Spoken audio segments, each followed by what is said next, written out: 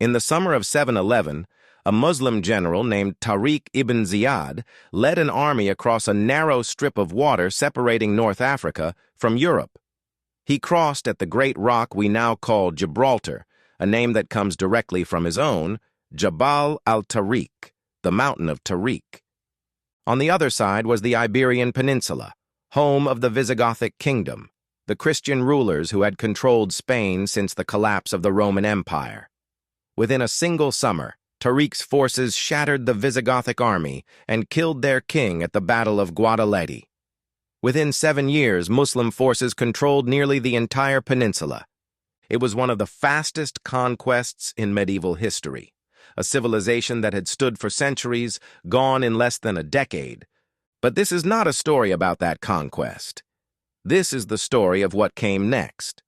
Because 11 years after Tariq crossed the strait, in 722, something happened in the mountains of northern Spain that the history books barely mention. A small band of Christians, by some accounts only 300 men, retreated into the Cantabrian mountains and refused to surrender. Their leader was a Visigothic nobleman named Pelayo. When a Moorish force came to finish them off, Pelayo's men ambushed them in a narrow mountain pass near a place called Covadonga. They won. It was a minor skirmish by almost any measure. The Moorish forces retreated and, for a while, left the mountain Christians alone. But Pelayo declared it a victory. He declared himself king of a new Christian realm, the kingdom of Asturias. And that tiny, defiant mountain kingdom would become the seed from which 781 years of war would grow. Let that number sit for a moment. 781 years. The United States has existed for less than 250 years. The British Empire lasted roughly 400 years. The Roman Empire in the West lasted around 500. The conflict that began in those mountains in 722 and ended in 1492 outlasted all of them. Entire generations were born, lived full lives, and died without ever seeing the war end. Their grandchildren did the same, and their grandchildren after them. For 31 generations, this war simply was a permanent feature of the world on the Iberian Peninsula. In its early centuries, the conflict was not primarily religious. It was political, rival kingdoms competing for land and power, and the world created by that competition was stranger and more complex than most people imagine, because at its height, Al-Andalus, the Muslim-ruled south of Spain, was arguably the most advanced civilization in all of Western Europe. The city of Córdoba in the 10th century had a population of perhaps 500,000 people at a time when most European cities had fewer than 10,000. It had street lighting, running water, a library system containing hundreds of thousands of volumes, when the largest libraries in Christian Europe contained a few hundred manuscripts. Scholars in Córdoba were translating and preserving the works of ancient Greece that the rest of Europe had forgotten existed. The medical knowledge, the mathematics, the astronomy coming out of Al-Andalus was centuries ahead of the Christian North. The people on both sides of the border traded with each other, borrowed from each other's cultures, sometimes intermarried, sometimes fought side by side against common enemies. The legendary warrior El Cid, Spain's greatest national hero, the man who would later become a symbol of Christian resistance, fought for Muslim rulers as often as Christian ones during his career. He took the city of Valencia in 1094 and ruled it as his own personal fiefdom, neither fully Christian nor fully Muslim, something in between. The war was never a simple clash of civilizations. It was always more complicated, more human, and more contradictory than that. But the tide was turning. In 1031, the great Caliphate of Córdoba collapsed from within, fragmenting into dozens of small, competing Muslim kingdoms called taifas. The unity that had made Al-Andalus powerful was gone, replaced by infighting and rivalry. The Christian kingdoms of the north, Asturias, Leon, Castile, Aragon, Portugal, began to push south. In 1085, King Alfonso VI of Castile captured Toledo, the ancient capital of the Visigoths, a city that had been under Muslim rule for over 300 years. It was the first major city to change hands, and it sent shockwaves through the Muslim world. The response came from Africa. The emirs of Al-Andalus, frightened by Alfonso's advance, called on the Almoravids, a powerful Islamic dynasty from Morocco, to come to their defense. The Almoravids came. They defeated Alfonso at the Battle of Sagrajas in 1086.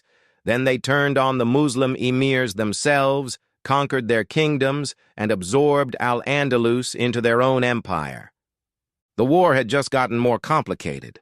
For the next century, the Almoravids were replaced by the Almohads, another North African dynasty even more aggressive in their defense of Muslim Spain. Under the Almohads, Christian forces suffered their worst defeat in generations at the Battle of Alarcos in 1195. The Reconquista seemed to be going backwards. Then came 1212, and everything changed. The kings of Castile, Aragon, and Navarre, three kingdoms that spent most of their time competing with each other, set aside their rivalry and combined their armies. What came next was the largest battle ever fought on Iberian soil. At Las Navas de Tolosa in the southern mountains, a coalition Christian force estimated at over 60,000 men crushed the Almohad army. The Almohad Empire never fully recovered. Their control over Al-Andalus began to unravel within years. By 1236, Córdoba fell. By 1238, Valencia. By 1248, Seville, the largest city in the south. By 1250, nearly the entire peninsula was back under Christian rule, except one place: Granada. Tucked into the mountains of the far south, the Emirate of Granada survived for 2 more centuries. Smaller than it had been, paying tribute to Castile but independent. Its rulers were skilled diplomats who played the Christian kingdoms against each other, who made alliances when they needed to, who fought when fighting was necessary. The Alhambra Palace, one of the most beautiful buildings in the world, was built during this period. A civilization under slow, constant pressure, producing extraordinary art. It couldn't last forever. In 1469, Ferdinand of Aragon married Isabella of Castile. 2 of Spain's largest kingdoms became one unified monarchy. For the first time in centuries, the Christian kingdoms were not competing with each other. They had a single crown, a single treasury, and a single focus. In 1482, they turned that focus on Granada. The Granada War lasted 10 years. Ferdinand and Isabella used tactics their predecessors hadn't: systematic destruction of crops and supplies, cutting off the emirate's ability to feed itself, a slow siege strategy designed to starve resistance rather than fight it. City by city, fortress by fortress, Granada shrank. In the final years, the war inside Granada became as destructive as the war outside it. The last emir, Muhammad XII, known in Spanish history as Boabdil, faced a civil war within his own family, his father and uncle fighting him for the throne at the same time that Ferdinand's army pressed at the gates. On January 2, 1492, it ended. Boabdil rode out of the Alhambra Palace and handed the keys of Granada to Ferdinand and Isabella. Contemporary accounts say he wept as he looked back at the palace for the last time from a mountain pass, a spot still called in Spanish El Último Suspiro del Moro, the last sigh of the Moor. 781 years, 31 generations, one of the longest sustained conflicts in human history, ending in a single morning with a set of keys passed from one ruler to another.